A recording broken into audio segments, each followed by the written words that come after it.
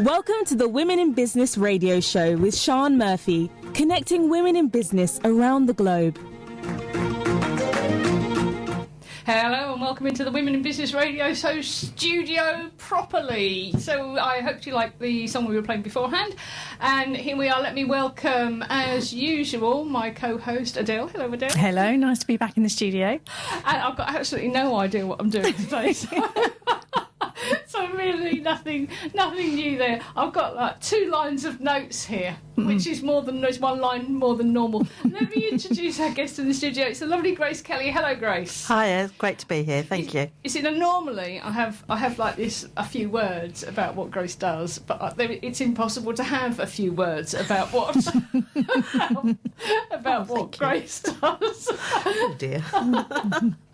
So I think possibly the best thing to do is to ask Grace to tell us exactly what it is she does. But I'm just going to say a few things because I've known Grace for a long time, since I started in business. So I know that Grace is involved with and chairs Women in Business in Kent. I can't remember where. I should know because I'm there, North Kent. North Kent.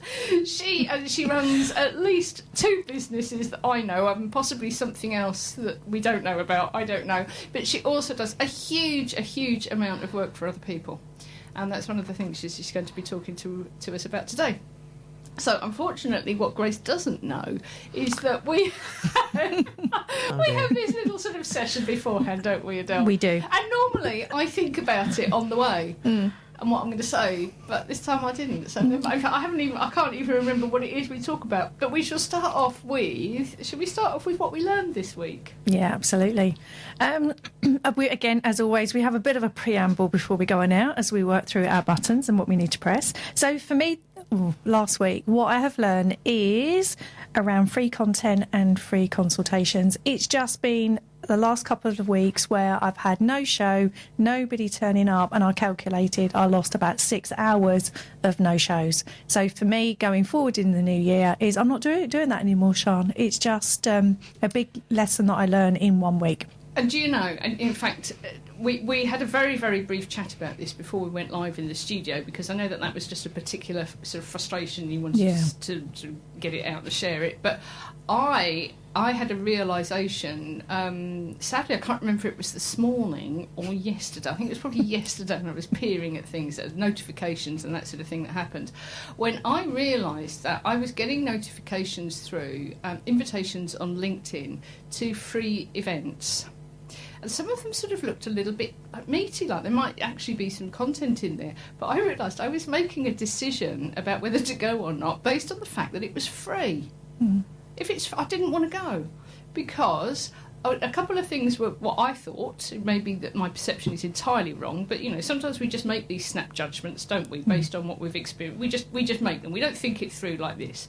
But my assumption, I realised very fast, was either that the content would not be any good, or that it would just be a massive sales pitch. And I didn't really fancy sitting through all of that. No. To be honest, I'd actually rather pay and get what I need from the content, from the event, from the person that's holding it. I don't want to go along for nothing. I don't want. My time is worth more than that, and that and I don't go to them. So this isn't. I probably haven't been to a free event for 2 or 3 years now. Certainly when it's not, when it's online. And I just realised that's how I felt about it. And that's from somebody who was actually running some free events. So that's my lesson. I thought I might be helping people, because we're genuinely doing it for nothing. And I realised actually I'm not helping people. Even within the confines of my community interest company, actually providing it for free isn't helping people. No, it isn't. And a bit like myself with free events, if they are, then I know if it's a 5-day challenge by Wednesday afternoon, I'm going to get the sales pitch. And if it's an event, then you're going to get that. So for me at the moment, it's absolutely right, Sian, is that I'm going to charge. Then people know I'm not going to sell at them because they've bought for it. And again, I think it is the season of I'm being inundated with join this 5-day challenge, and I'm a little bit fed up, which leads me into my book that I'm reading, because I was really, you can tell I really had the Sorry, this isn't your own book you're pitching, is it? No, that's a whole nother conversation. Sorry, folks, you're listening in for free. Guess what? No. Here comes the pitch.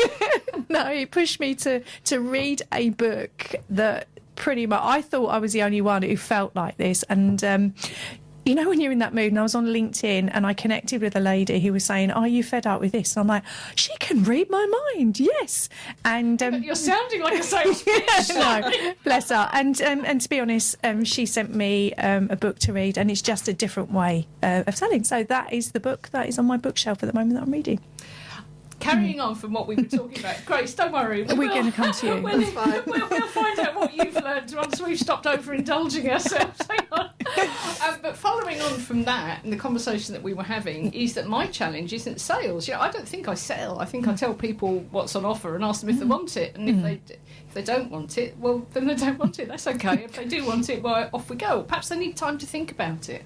I don't need to. I don't use hypnotic language or strange techniques or let's offer them and let's offer them this option or an either or let's lead them down into the sales funnel. I just don't. But my challenge is actually marketing, which is an entirely different thing. It's getting my stuff in front of people just so that they see what it is.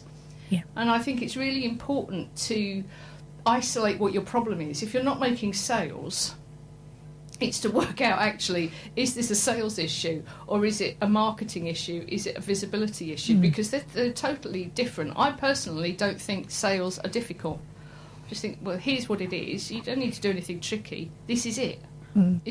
Is it right for you? Hopefully by the time you're sat in front of me or we're having a telephone conversation, you sort of know you sort of know that it is right for you and that you know that I'm okay or that we resonate or whatever. But sales aren't difficult. Marketing is. but sales aren't. Just here it is. Do you want it? Yeah. So, Grace, I think we ought to say, what have you learnt this week? Interestingly enough, what I'm talking about is free today. There is no agenda apart from anyone that wants to donate, but we'll get into that later on. Actually, I was with a friend of mine who sadly recently lost a partner, and they'd been together for quite some years. And it's one of those things, COVID, he had cancer, so you don't go around to visit because it's important. But I spent 4 hours with her last night, and I asked a couple of questions that aren't hard, but I didn't know the answer to. And I think if you don't know the answer, ask a question.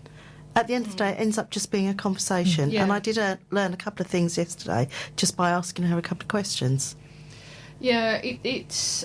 And that's sort of okay, isn't it? I think we get sometimes a bit hung up with that. Listen, what I'm going to do, folks, I've got a really funny noise coming down from a microphone. I don't know if anybody else can hear it. I'm going to ask you guys all to swap microphones. Can you all move round? Can you... Sorry, it's just for my amusement. And then... So, Grace, if you could go on to green...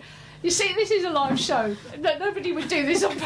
Nobody would leave this in, would they? Hang on a minute. So let's get Grace. Grace, you're on green. It's like Thunderbirds, isn't it? Grace, you're on green. Adele, can you go on to yellow? And I am going to turn...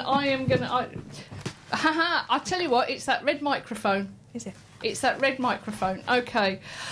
So, here we are. We're back. I can't hear her. We've all moved round. Now nobody can hear me. Oh, for goodness sake. Right, okay. Are we all there? Yep. Okay. Can you hear Headphones us? on? Yes. Yep. Headphones on. Say something, Grace. Oh, hi. We are... Okay, we're good to go. I'll tell you what. Too many buttons, too many knobs, too many mics, too much stuff. It confuses our menopausal brains. So I think what we need to do actually is introduce Grace properly into the studio so that we can get some context around what she does and who she does it with. So Grace, tell us what do you do? What, generally, every day kind of thing, or what I'm going to do? Let's start with just the businesses that you run. If you could just tell us about your businesses. Okay, so my business is 21st Century Flooring. It's been going now for nearly 21 years, so I'm very proud that it's still going because it's been tough, and it was tough during COVID, but we're still here. And also we have properties that we use for service accommodation, and we have a couple that are vanilla where we have long-term tenants in, which is brilliant. So, did you say vanilla? Yeah. What's that mean? Vanilla is just straightforward, where you have a tenancy, well, in this case it's 2 years, but tenancy of 6 months to 12 months generally. They're just called vanilla. It's just the run-of-the-mill, straightforward, easy. If you've got good tenants, they're fantastic, you know. Okay, so carpets. Now, I know that you supply flooring. Yeah. All types of flooring to both businesses and households. We do, yes. So it's sort of a very wide remit. Yes. Property, but you also chair. You're also involved with women in business groups, aren't you? Yes, I am. It's something that's very close to my heart because it's the expectation isn't as high as it would be for referrals. It is about support. It is about helping people along, helping people find their feet, and hopefully putting them through contacts and doing some brainstorming with them. So although it is a referral group, it is mostly a support group for new businesses and ones that are very mature as well. The ones that are really mature tend to mentor the ones that are new, so it's really great. And it is a paid group, but it's what I would call really, really affordable, isn't it? Oh, absolutely. It's about £10 a month, $12, $13 a month to come along. And it's a fantastic group, and I think it's a tight-knit group. But people come and go, don't they? Because they're at different places in their business journey. So they dip in when they need it, and it's okay to dip out and dip back in again, which I think I actually think is a strength of a group. Well, I always say that if they flourish so much that they then feel that they can't benefit any more from women in business, then we've done our job. Yeah. You know, they've grown to that capacity and they're ready to move on and, you know, go it alone. But we'll always be there. They would have made friends and they would have made contacts, so they'll always be there to come back to ask questions or visit. And I think this is, you know, having belonged to and gone along to and sampled a number of different business networking, business support groups, this group and the way that it runs is, in my opinion, the best. Oh, thank you, Sian. There is no major commitment. You don't have to eat sausage at 6 in the morning. Sorry. There's no major upfront fees. All that's actually, you don't have to share leads. You don't have to tell people your best clients. You don't have to send somebody along in your place. You just sort of have to be a decent human being, really, don't you? Yeah. But I learnt from the best, didn't I, Sian? I can't possibly say, Grace. That would just be too awful. But it's a really friendly group, and if you're starting out in business, or if you have started out a little while ago and you're looking for some networking groups, the sort of the model that Grace has got working with that sort of friendly, no commitment, no major expense and understanding is just the best, and they are out there. All right, they are out there. You know, if you want to move on to the however many thousands of pounds a year, do that later. Do that later once you've cut your teeth and you've got the support and the different viewpoints.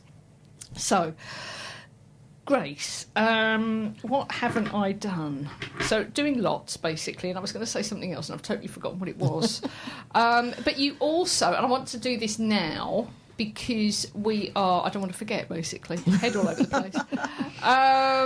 You also do some charitable works. Yes. So tell us a little bit about those, and also tell us a little bit about how people can help you. Now, I am going to say, if you are in the USA, I'm going to say Happy Thanksgiving, for one thing. Happy Thanksgiving. And I tell you what, I'm going to be having a massive meal with a vat of wine tonight, just to celebrate with you. That's my bit. That's what I'm doing for you, okay? But unless you're in the UK and you're actually quite local to us, you're not going to be able to come along and volunteer for this. But it's still nice to know what's going on. So, Grace, tell us, one of the reasons that you're here today is because you need some help, don't you? Yeah, so this will be the 8th year that I would have opened up a hall to feed the homeless. People on their own and families that are struggling. There's no payment, it's a free lunch. Just saying, you know, we were talking about freebies. It is a free lunch.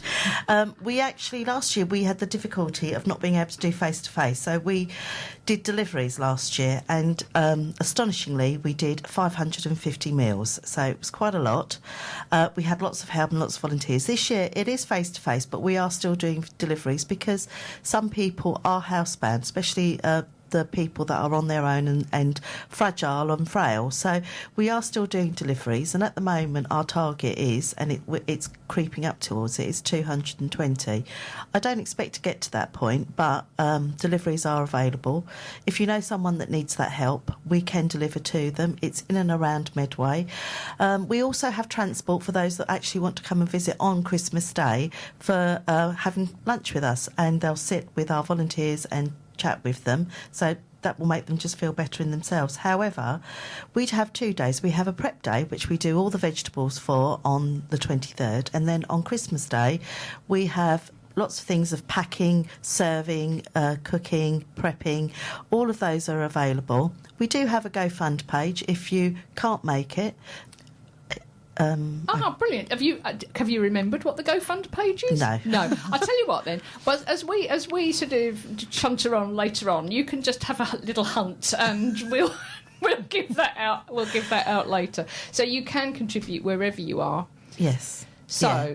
What do you need from people in and around Medway who can get to Medway? So we have a donation list of all the food that we need to have on the prep day for us to get ready. Now, we do already have some donations, but it's getting quite close, and we went out and we spent all the money, well, not all the money, some of the money to buy the packaging for the deliveries. So usually by now we've got most of the list filled. So if you are interested in pledging some food for Christmas Day and are able to get it to our venue or to me prior to actually prep day, that would be fantastic. What do you need? Because it's not just a case of just go and get something. It's not like a food bank, isn't it? No. Where you have things that you need to prepare, and there needs to be some sort of system for the preparation to happen. I'm imagining Absolutely. this, but there needs to be some sort of system. So you're going to be looking for particular food brands, I would think. Even what do you need? Well, we need everything from the gravy granules, flour, right up to the turkeys. We've actually already got 12 donated turkeys, lots of Christmas puddings. We haven't got any Christmas crackers. We haven't got any of the vegetables, Brussels, carrots, parsnips. We haven't got any of those just yet. We've got the potatoes donated. So it's what you would have on Christmas Day. So how do people get these to you? And what are the timescales? I can't just give you a turkey like now and then off you trot with it. What happens? OK, so the 12 turkeys that have been donated, I'm collecting over a period of probably 3 weeks, and I'm cooking the turkeys and freezing them in portions. So we have storage for everything. So vegetables, when they're fresh vegetables, they do need to be nearer the date, and if they could either bring them to the venue or they bring them to my home so that there's a collection and a drop-off point for us. And I'm happy to give those details out if anybody wants to get in touch with me. Grace, I have to say, I mean, there's you and there's your partner Paul, isn't there? Yeah. And I don't know how you do this. It is a phenomenal amount of organisation. We have a lovely lady called Michelle Dowsett who is part of us three, and she is a VA, so she's really organised. And, you know, it is about organisation. It is about knowing exactly how many turkeys, exactly how many Brussels, which have all been pre-portioned. I've already worked out how much a portion is, and that's all done in the background. And because I know every year I'm just replicating that, so I know exactly how many serving dishes we've got, how many trays to serve everything on, how much I need to freeze, dishes to freeze things in. So, it's organisation. So let's do the contact details for you. So if there's somebody out there who is able to get to Medway to offer support or to deliver something, how does that happen? OK, so the easiest contact detail is xmas@21stcenturyflooring.co.uk. So that's a specific email that we've designated for anybody that's actually interested in volunteering, pledging food, donating money, and then I can send the link out. But I will look for the link in a moment. OK. And so that's also going to be your GoFundMe Yes, you thing. can contact us on there. Right, okay, so we'll get the GoFundMe link in a minute. I just want to do another shout out for where we are at the moment, actually, because our studio is down in Ashford. We do actually have a proper studio. I know it may it may sound like we're in the back of the Mini or something, driving around broadcasting. Well, we're not. It's a real professional setup. Sometimes I can't believe they just let us in here. I don't know, perhaps they don't know. But our studio is located in Kent Space in Ashford, and they are supporting the Pilgrims Hospice in Ashford for Christmas. And what the Pilgrims Hospice, oh goodness me, have asked for are sort of Christmas treats, biscuits, chocolates, anything along those lines. A box of Quality Street, that sort of thing. And Kent Space have set up a beautiful tree down in reception for collections. They decided on Pilgrim's Hospice in memory of the director Sue McGowan, who was not only the director of Kent Space but a friend to many, many people in Kent, and especially her staff at Kent Space. And she lost her battle with cancer just this year. So let me give you the address of Kent Space. It is at the Lettra Set Building, Watton Road, Ashford, Kent, TN, so that's T for Tommy, N for November, 23, 6, L for Lima, N for November. I know my alphabet. The Christmas tree is in reception, and it would be lovely if you could pop any of your Christmas treats in, and that's going towards Pilgrim's Hospice. Right then, what we're going to talk about now. So we've done our what do we learn this week? What do we normally talk about? What else is next? What we've read? Yep, and our tools, things we found useful. What we've read. You actually have a book, don't you? I'm going to have to go rummaging around. Look online to get the details. So what have you been reading this week that you found useful? So what I've been reading is there is Marketing Like We're Human and Selling Like We're Human. And to be honest, it's part of something I've been looking at anyway, and looking at, is there another way to connect with your audience without a 5-day challenge? And just, I felt, honestly, Sian, this is something I've been thinking about for the last sort of 6 weeks. I feel like I'm swimming against the tide on some of the things I'm looking at in terms of marketing. And I came across this live and these books, and it's really nice to read something that I just can connect with, and they're really easy to read, and I got the two together. So that's what I'm reading. Okie dokie. Grace, I'm hoping that you've got nothing, no. Have you got the GoFundMe link? No? Okay, all right. I do have a book. Hang on. Honestly, sometimes I wonder how we get around. Okay, I found a book by a guy called Greg Reed, and it's called Wealth Made Easy. And it's quite short, and I've got it on audiobook. I hope I'm not actually turning it on now, because I want to open it up to see how. Oh look, it is. I've turned it on. It's only a couple of hours. It's not a huge long book, but it's got some really sort of quick tips about wealth, and it would be really good if I could actually remember any of them, wouldn't it? But let me see if I can find one. No, I can't. No, it's no good. It's no good. There were a couple in there, but I can't find them. I'll have to put some out. Oh yes, plot your next move. Actually, do you know there are so many people that I come across? I'm one of them as well, who haven't worked out what they're going to do next. They sort of know what they should have done, and they know what they might be doing right now, but they don't actually know what they need to do next. And it's about that. It's about where are you going in your business? What's the next step? What's the next step up? Where are you off to? And it's got some really good tips in it. What I like is they're really sort of short, sweet, and to the point. So that's Wealth Made Easy by Greg somebody or other.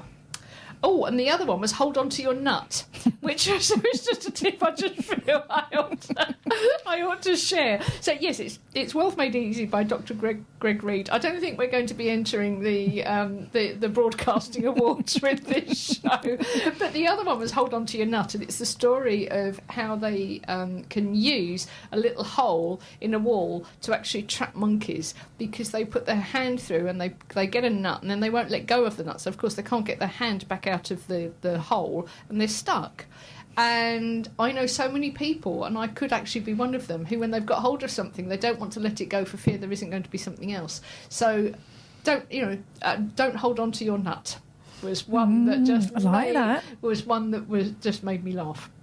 Okay, have you read anything this week, Grace? Is the answer still no? It could have been that you watched. It could be something that you watched. It doesn't really matter. Anything that you took in that might have been a resource that you found either funny, useful, or made you think. I'd like to share an experience that I've had, if that helps, and that is on 2 different businesses for things that I wanted to purchase. And I was told very early in business, you've got 2 ears and 1 mouth, and use it in that ratio. So listen twice more than you actually talk. So on 2 occasions, I've actually phoned up particular companies to ask them for their services or their product, and they immediately jumped on my back and said, well, we don't install something that we don't supply. And I said, but I didn't say I wasn't going to buy it from you. And then they actually jumped in and said, and when I explained that I wanted a date for this installation, they actually said, but we don't install something we don't supply. And I said, you're not listening to me. And then when I was trying to explain, he was actually talking over me. And when he got to the end, I said, do you know what? I'm actually not going to buy from you. So thank you very much. I'm going to move on to the next telephone number, because they didn't listen. They weren't listening to their customer. And I tried to act on that. Yes, that is very, very sound advice, isn't it? Because so often I think we make assumptions, don't we, about what somebody actually wants or means. And it's based. That could actually have been based on the last conversation that he had. Could be. I also wonder whether he expected me to come into the showroom before I actually called. But I like so many of us, we want to talk to somebody. We have questions that we want answered. But I never got to any of the questions because we didn't listen. Because he just talked over the top of you. That is really, really sound advice, isn't it? About not making assumptions and just shutting up. I nearly put a rude word in there.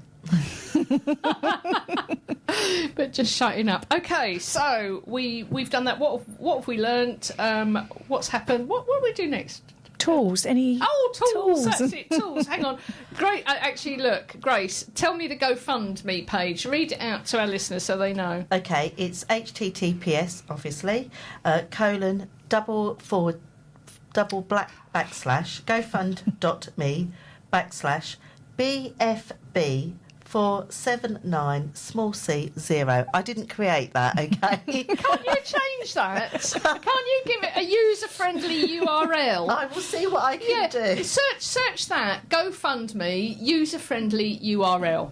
Not now this second. But have a look at that and see if you can actually change that. Because you can do that. So, for instance, on Eventbrite, when you set up an event on Eventbrite, you'll get some horrible, awful collection of letters, numbers, and wisdings. Whereas you can actually go in there and create your own user-friendly URL. I use the Bitly code for that. Can I? Well, you see, that just puts in another step, but you could. Right.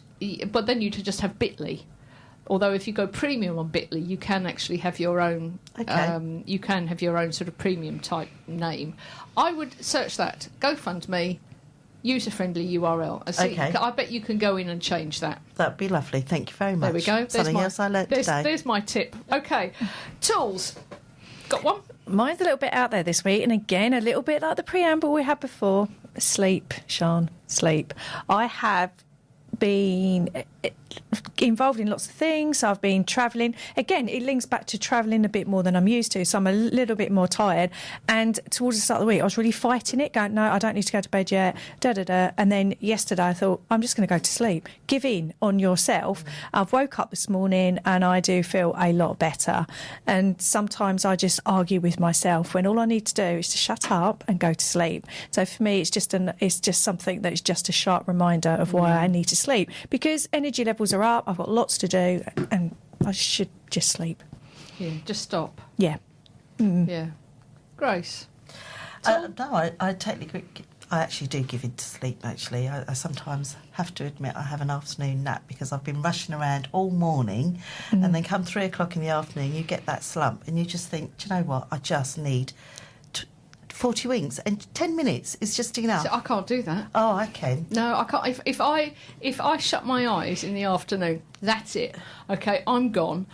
if somebody wakes me up, I either can't wake myself up, or I feel drunk. Perhaps I am drunk.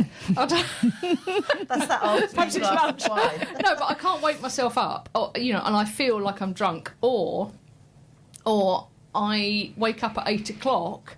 And hey, it's not that far until it's bedtime, and now I'm wide. now I'm wide awake. Do you know? Do you just have a constitution that means that you can nap for 10 minutes at 3 o'clock? Do you know? I was really quite seriously ill about 6 years ago, and when you are as ill as I was, the doctor got really angry with me after 3 months, and I was saying, look, I just can't get through the day. And he got really angry with me, and he said to me, I'm not prescribing you anything else except a nap in the afternoon. When you have a nap in the afternoon, come back to me after 6 weeks and tell me how you feel. So that's what I do. And actually, I only need 10 minutes, and I feel completely refreshed.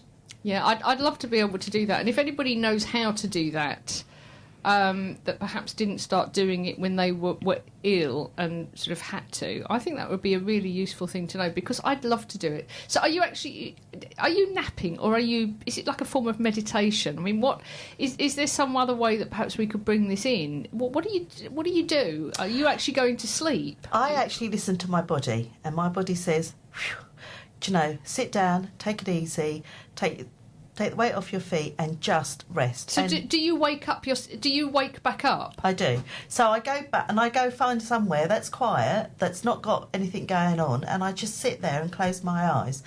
I believe I sleep, but you might be right. It might just be mindful meditation. But after 10 minutes, I literally snap out of it and I feel amazing. Okay. Oh, yeah, see, I can't. I have tried, and I can't do that.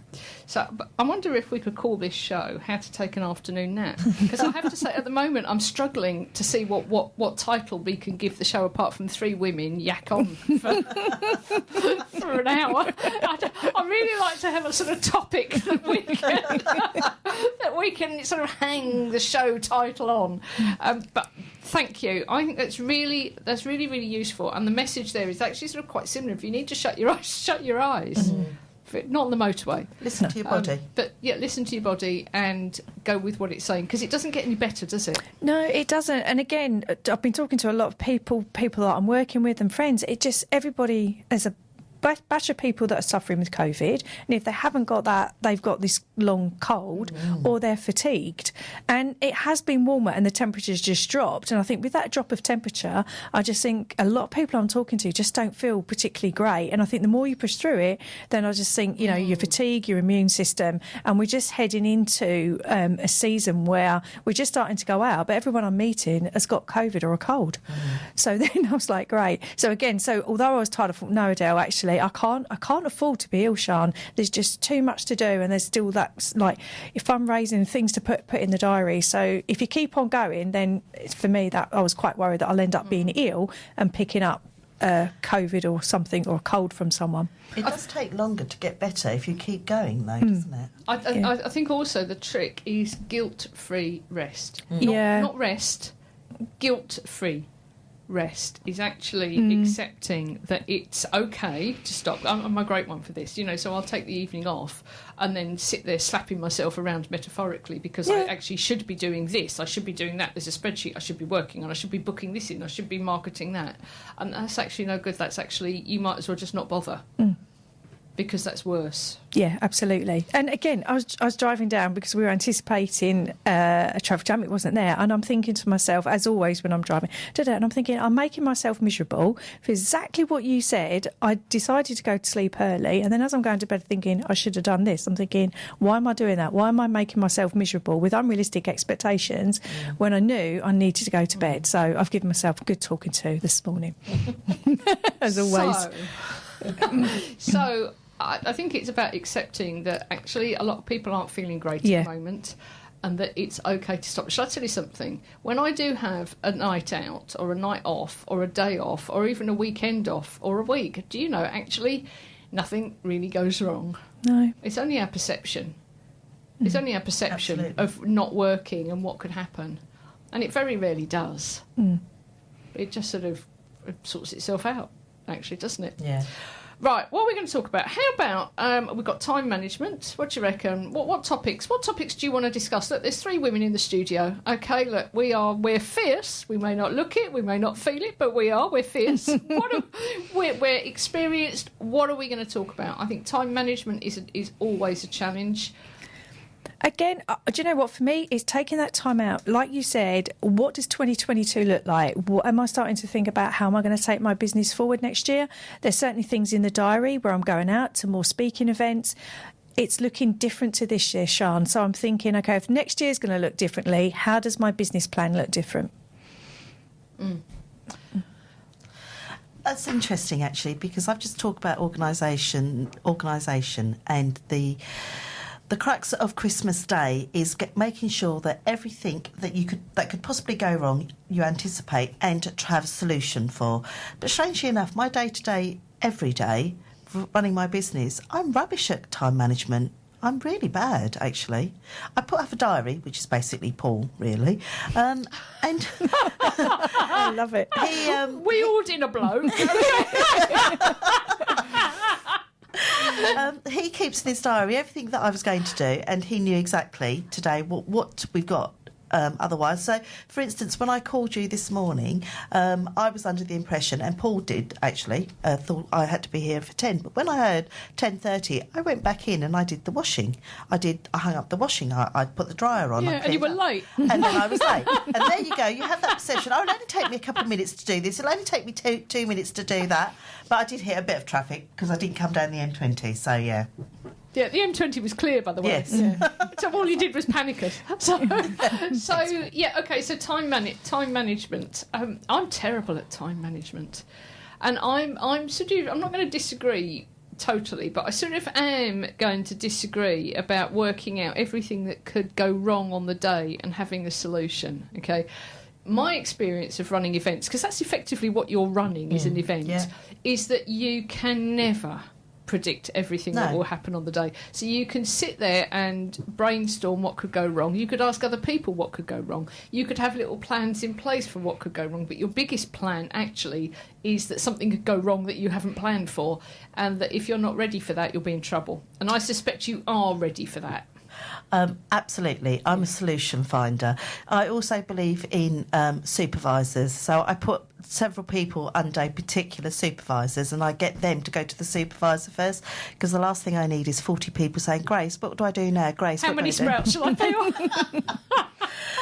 So I have like 5 or 6 supervisors, and each one of them control a certain amount of people, and they're their go-to person first. I'm the last person that they have to come to. So you, in order to do this, because this is something that you do, you may have been doing it a while, but on the first time that you did it, it was your first time, but you still only do it every year, don't you? It's not like you're doing it every week. So did you sit down and picture and just sort of walk through what it would be like actually having that many people peeling sprouts and parsnips and potatoes and doing stuff in a kitchen, and what the likely outcome would be if you didn't have all of those people? Or did this evolve with time?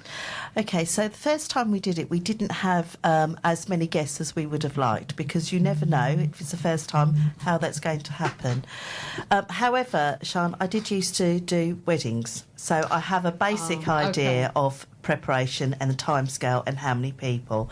And volunteers are fantastic. We have regular volunteers that come back year after year, and now we've got regular drivers that drove last year and this year. Again, they're all put under a specific person, so if there's a problem, they are their go-to person. And it's usually people that are experienced. So no, you can't anticipate everything, but if you have an idea of like, okay, so what happens if, then we have alternatives. So one year, our cooker broke down, and all we had was a microwave and a grill. But we did it. We served 170 dinners. We did it. I'm not going to ask how. Okay.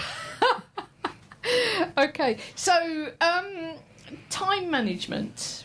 What's your other thoughts on time management? Because both of you are incredibly busy. I time block. Oh, okay. So I put a lot of activities into time blocking. So a good example of that is if I'm going to do some videos, and therefore you have to get dressed from the waist up, but then you have to put on like that moment of how are we going to do it. So what I would do, rather than just doing one video, then I would say, right, I'm going to block out the afternoon and I will do those videos. And the funniest thing is I actually do them Thursday afternoon because I get dressed up to come out to see you, Sian, but more importantly everybody does. But it puts me in that mindset of presenting and delivery. Okay, then when I get home, I'm still in that mindset. So then I will do my videos because I'm still in that. And then that makes my Thursdays, I call it show day, because I'm in that mindset. Because, as though we sit here, it does take energy, drive home, and then I know I will have a 5-minute break and then I will record the videos. So I time block things, not just for efficiency. I call it efficiency and energy, the two together. Do you know, I'm not sure that I have...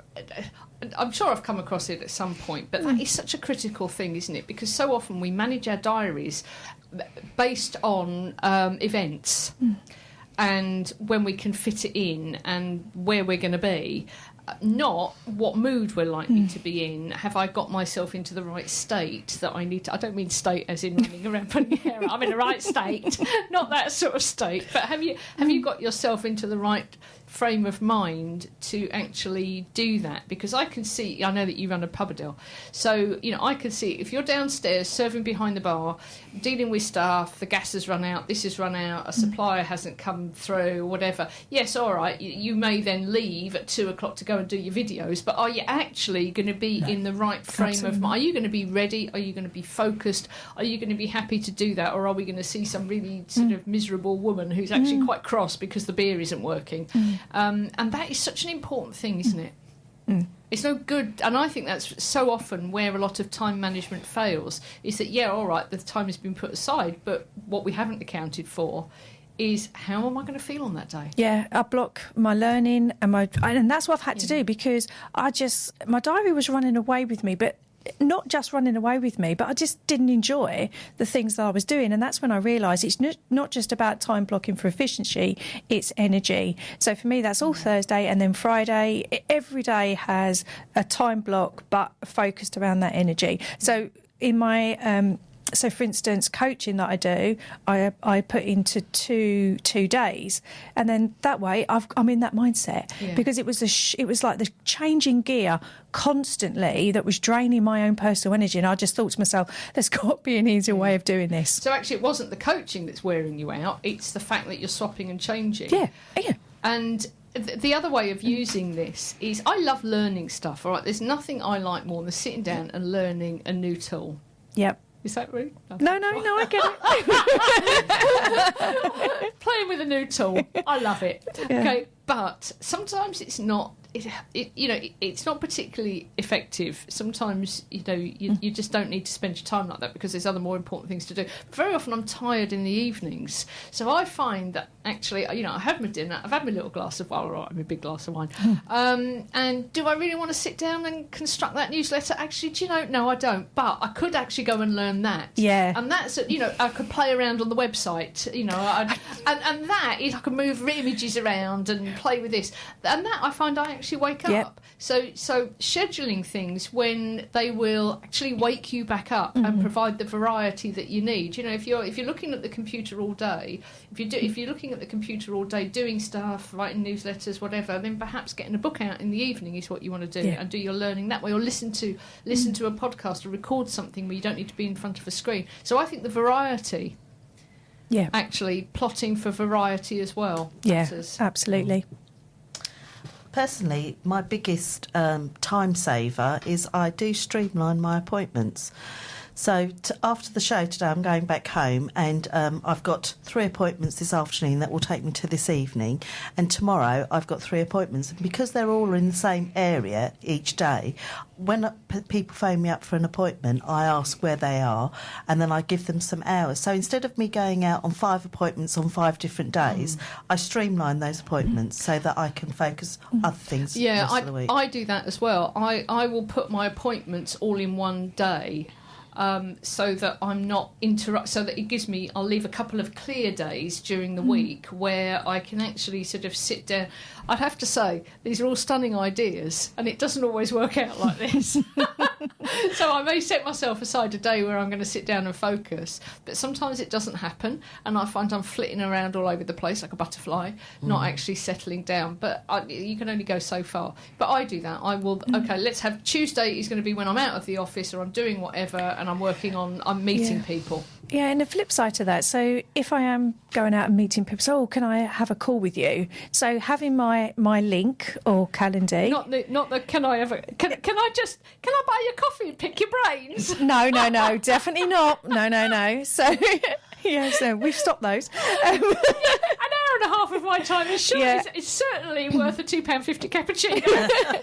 Definitely not. So again, what helps in to and fro, and I realised early on was, are you free at that day? You're free at that day? And I thought, no, Adele. So I've got my link and I've opened my calendar again on a Tuesday afternoon, and it says to me, oh my God, how can you have like 3 or 4 connection calls one after the other? Because I'm in that mindset. Yeah. And then the end of that night, the admin, CRM updated, boom, boom, boom, done. So actually, and it stops the to and fro-in of, are you free or are you not? I go, look, here's my link, just book into my diary, it's open, you will find a slot. Otherwise, again, doing 4, Tuesday I did 5 back to back, but it was fine because you're in that mindset, and then I could just do the admin and done. So again, it's just that time blocking, and it stops the to and fro-in. Are you free? And it was just too long trying to get into the diary. So I think what we're saying with managing our time sort of starts and ends with the diary. It's just about how we fill that in. Yeah. How we fill that in, and thinking about what you're going to be doing, what's going to be following on. And I think the impact of disruptions. Yeah, I find it, if I've got a call at, say, 11 o'clock in the morning, I find that I can't, my brain doesn't seem to work between 9 and 11. I think, okay, I've got to be done by then. So I'll have to pick something that I can focus on for that nugget of time and get it done. And so if I have got those interruptions, I will block stuff so that or focus. So I can do that in that time. So that I can get something done. Otherwise, I find I'll just bimble around. Yeah. Natter in here, there and everywhere. Do you find sometimes, though, you focused on the things that aren't that important initially because they're the easiest things to get done? So it's like, eat that frog. Oh, I was going to say, please don't mention eat that frog. So one of the things that I found is when I've got a whole list of things that I've got to do, I put them on a Post-it note and I stick it to my cupboard. And then when I look up and think, oh, I've got to do that, and I actually do it, take it, screw it up and throw it in the bin. And there's a certain satisfaction, rather than crossing it off, getting rid of it off of that cupboard or wardrobe or whatever that you're using for your paperwork, and actually throwing it away. And as they diminish, you think, oh, I've done quite well, actually. Yeah, and I like that. Yeah, I think we're moving over into productivity, which is sort of what it's. No, there's no need to apologise. And we're moving over into productivity, which is really why we're talking about time management. So actually, you were ahead of the game. Sorry. And no, there was I hadn't got there. My brain hadn't made the connection, so thank you. And while we're talking about that on to-do lists and that sort of thing, is our brains can only deal with three sort of 5 plus or minus to-do lists. Things we can only deal with. God, goodness me. We can only manage 5 plus or minus 2 things. And if we have a to-do list that's going on for pages and pages, it becomes overwhelming. Yeah.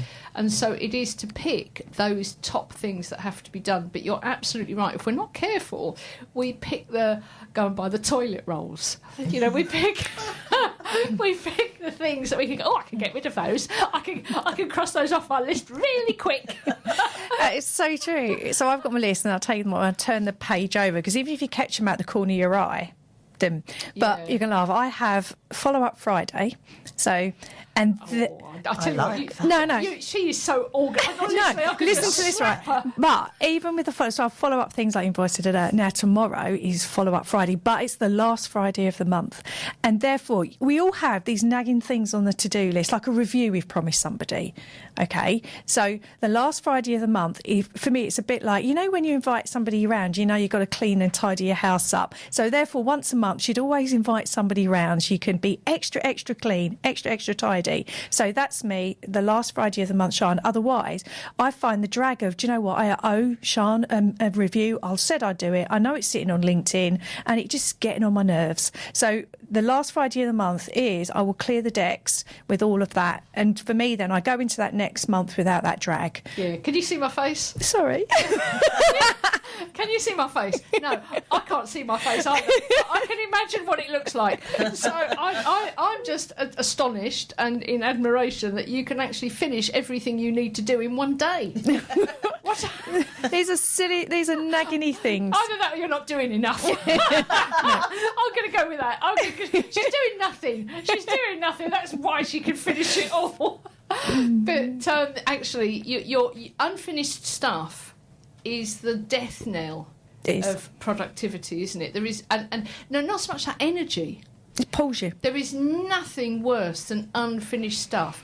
And I think what we have to do is, and I'm making this up as I go along, is if you can't finish it in one day and you also, it's too small to reschedule, you might actually need to make a decision about whether you have to do it at all and get rid of it, rather than just keep carrying everything over and over and over. And I'm not saying that if you promise somebody something you don't deliver it, but very often we promise ourselves that we're going to do something, don't we? I agree. And there it is. We've got all the best intentions in the world, but it's still damn well there on the bloody list, isn't it? And that perhaps you have to say, do you know, that is not going to happen. I've been looking at it for months. Yeah. It ain't going to happen. Let's cross it off. Perhaps it does. Perhaps I don't need it. No. Perhaps it doesn't need to happen. And that's that last Friday of the month for me. I sit there back and go, actually, Adele, you've not done it for a month. Do you really need it? Yeah. Yeah. And then I make that decision, I do or I don't. But when you're in business on your own or you're working for yourself, you have to put that self-enforced deadline in. Yeah, and that's what I've learned. I think somebody's probably going to come back to us, and this is my thing. My goals are all up in the air at the moment, probably because of COVID. I don't know, I could blame anybody, couldn't I? But if you don't have very, very clear goals and you're not able to say, OK, that thing I keep saying I'm going to do and I haven't, what does it fit in with here? Is there a goal? Is there a key performance indicator that fits with, or have I just come up with it out of somewhere and decided it needs to happen, but there's no real reason? Because there are millions of things I could do, aren't there? Absolutely. Any one of us could sit there and do millions and millions of things, but does it fit in with what I'm trying to achieve overall? You sounded great at the time. Yeah, and I think that really is part of it, isn't it? It's about having good, strong goals that we're reviewing and making sure if there is that thing that keeps popping up every day on the to-do list, where does this fit? Is it time to jettison it? Wave it goodbye, say thank you very much, you weren't right, bye. So what do you reckon? Sounds good. Yep. I'll tell you what, I think that is what I'm going to do moving forward into the new year. I'm going to sit there and look at this massive list of stuff to do, reaffirm my goals, reaffirm what my key performance indicators are, and make sure that what I've got on my to-do list fits in with something. Because our goals are just forever changing, aren't they, at the moment with COVID? Yeah, it's having that... but you're right, and sometimes... And that's a really good point, and that's probably why it stayed on my list. So tomorrow will be actually... what's my goals, what's my plans, and this thing, is it going to help me go towards my goal or not? Not off. And it's just for me having that more independent view on that Friday. And as always, just make it, for me, it makes it the last Friday of the month. It's easier to stick it in the diary. We haven't got long. Shall we have a very quick sort of go around the table here? What should we focus on? Best tip for productivity. Should we go with that? Who's going to go first? Oh, for goodness sake, come along. OK, I'll go. And I've just said it. It is set your goal and work out why you want that. Why do you want that goal? Where does it fit? Absolutely. For me, my productivity is open a slot for connection calls on networking, and you can get Calendly even free. Use it. For me, it's a massive productivity saver. Yeah. Calendly is basically an online calendar. You can send a link to somebody and you've opened up slots where you're happy to meet with people and they can click and book. Yep, definitely. Grace. Just a quick question about Calendly. Can you share that with someone? So if Paul keeps the diary, he can share that with me. Okay. Yes. Well, that's a really good tip then. I would definitely And do there's a free version and a premium version. But I'll tell you what, we've got to go. So, Grace, once again, very quickly, how can people get hold of you? Xmas at 21stcenturyflooring.co.uk. Brilliant. Adele, thank you very much. We'll see you next week. I'm Sian Murphy. This was the Women in Business Radio Show. We'll see you next Thursday live. Thank you. In the studio. Bye. Bye. Tune in next week to the Women in Business radio show for more stories, ideas, and inspiration to help you grow your business.